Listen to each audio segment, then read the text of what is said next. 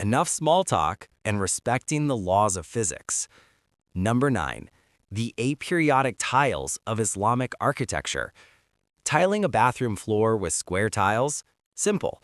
They fit into a repetitive, boring pattern. Now imagine covering an entire mosque with tiles that never repeat their pattern. Not a single time.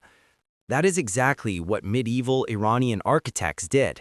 They did this centuries before modern mathematicians said it was even possible. These patterns are called Giri tiles. Think of them as Lego pieces, but so sophisticated they would make NASA cry.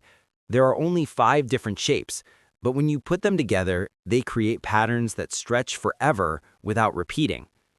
In the 1970s, a mathematician named Roger Penrose discovered that certain shapes could create patterns that never repeat. It was a huge feat in the world of mathematics. But then somebody looked at these medieval mosques and realized something humbling. These Iranian architects were doing the exact same thing 500 years earlier, with no computers, no advanced math. Modern scientists analyzed these patterns using software and found they follow mathematical principles only discovered in the 20th century.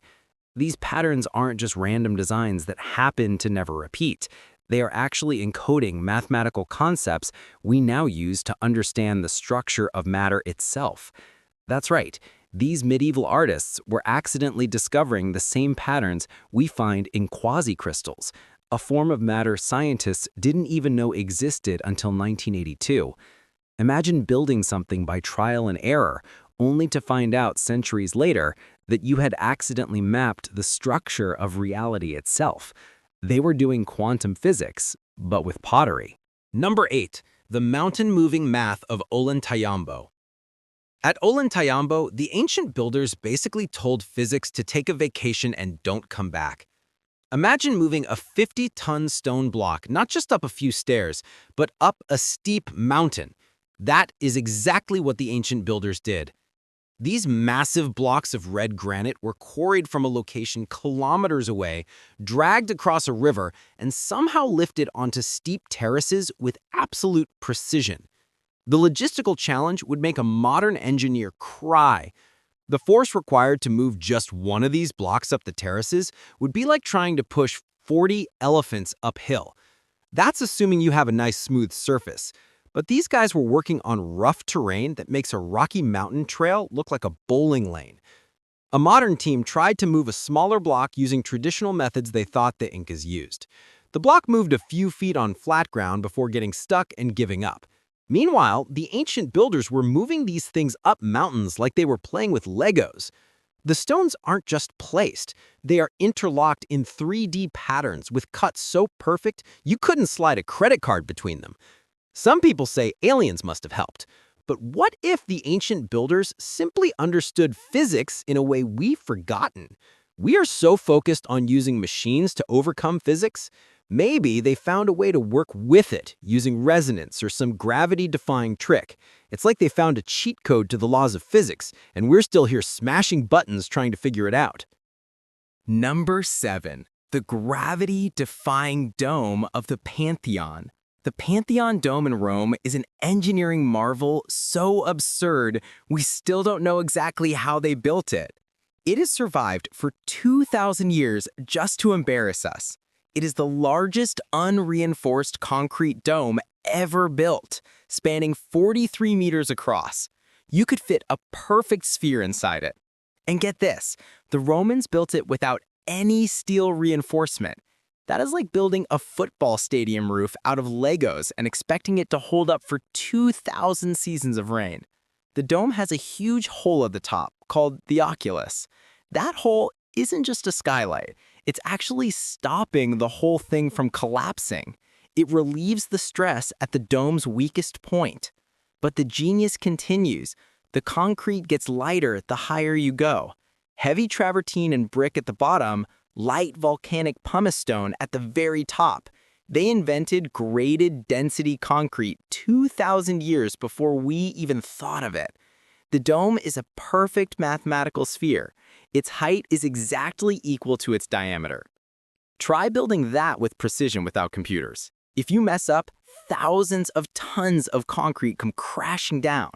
They built something 2,000 years ago that we still study in awe today, without calculators, computers, or even decimal points. Number 6. The seismic solution of the Hōryū-ji Pagoda.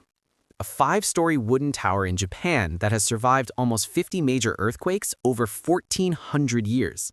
This thing seems to break the modern rules of engineering just for kicks. Most buildings try to be as rigid as possible to resist earthquakes, but the Hōryū-ji Pagoda does something totally different. It dances. The secret is right in the middle. There's a massive pillar called the Shin-bashir, but this pillar holds up absolutely nothing. It just hangs there, suspended from the upper floors. Imagine a pencil inside an empty toilet paper roll. The pencil can move freely but can't escape. That's basically how this pillar works. When an earthquake hits, the building and the pillar start swaying in opposite directions, canceling each other's movement. Modern engineers were baffled when they studied this. This 1,400-year-old building was using something we only developed in the 1960s for skyscrapers, a tuned mass damper. Today, we use these in modern skyscrapers, like the Taipei 101, except instead of a wooden pillar, they use giant metal balls that cost millions of dollars. The original builders left no blueprints, no math calculations, nothing.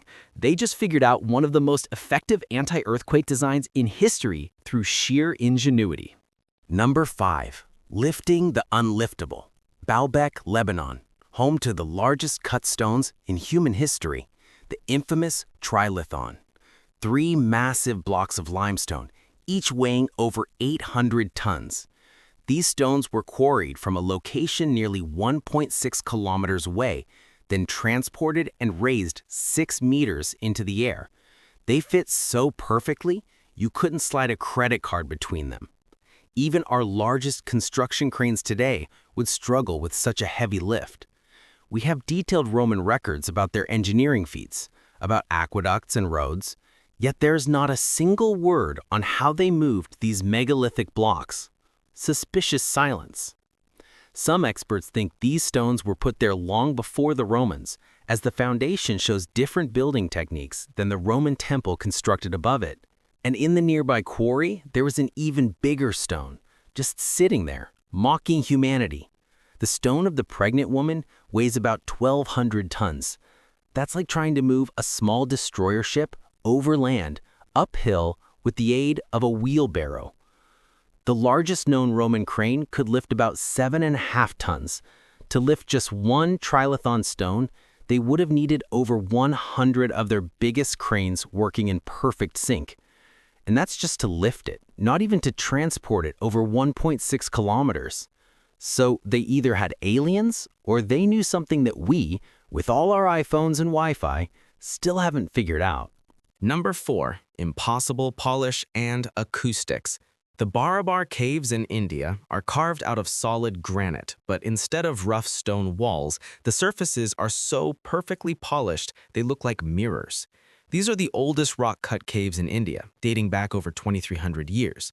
The walls, floors, and ceilings are polished to a degree we would struggle to replicate today, even with modern machinery and diamond polishers.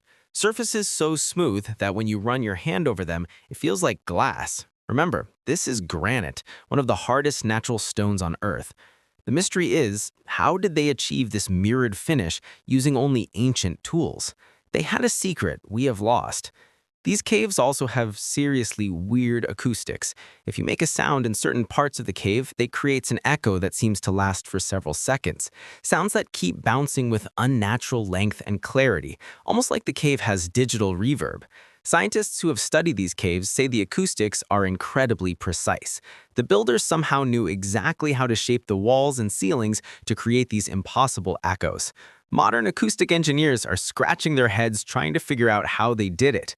To get this kind of acoustics, you need incredibly precise geometry measurements, accurate down to fractions of a centimeter. These caves were carved over 2,300 years ago, before calculators, before computers, before we even knew what a centimeter was. Number 3. The puzzle walls of Sacsayhuamán. The ancient Incas built walls with massive stones shaped like jigsaw pieces from your worst nightmare. These walls are constructed with stones so perfectly fitted that the joints are so tight you couldn't even slide paper through them. Some of these stones weigh up to 200 tons. That's like trying to move 33 adult elephants stacked on top of each other with a piece of string. And they did this without mortar. No cement, no glue, just rocks interlocking with a precision that modern engineers are still trying to explain. The stones aren't just flat on the sides where they meet, they have complex curves and angles that interlock in 3 dimensions. It's as if they had an ancient 3D printer, except instead of plastic, they were working with rocks bigger than your house. With all our sophisticated tools and computers, we still haven't figured out exactly how they achieve this. Modern attempts to replicate their methods at this scale have failed to match their speed and accuracy. The math behind these walls is so complex, it seems to break the rules of what should be possible with ancient technology. It's like finding out your great-great-grandfather had a solar-powered smartphone. Some of these stones even have up to 12 angles. Try cutting a piece of paper with 12 perfect angles that exactly fits another piece. Now imagine doing that with a 200-ton boulder using only primitive bronze tools. And the final proof that they hate us. When Peru had an earthquake, modern buildings collapsed. These Inca walls just shifted and then snapped right back into place. Number 2. The Antikythera mechanism. In 1901, sponge divers stumbled upon an ancient shipwreck near a tiny Greek island. Among the usual statues and pottery, they found something that looked like a corroded, useless chunk of metal. When scientists finally took a closer look, their jaws dropped. This wasn't just some ancient paperweight, it was a computer from 100 BC. While most people back then were figuring out how to make better spears, some genius built a mechanical computer. This thing could predict solar eclipses and track the moon's weird orbit. It's like someone in ancient Greece owned a time machine, spied on our modern tech, and said, I can build that with bronze in a free afternoon. The device used at least 30 precisely cut bronze gears. This was built by hand. No fancy machinery, no computers to calculate measurements, just some ancient engineer with very steady hands and apparently superhuman accuracy. The mathematical knowledge required to build this thing, especially its complex differential gearing, wouldn't be rediscovered for another 1,400 years. It's like finding out your cave-dwelling ancestors had Wi-Fi. The technology simply shouldn't have existed then, but it did, and it worked.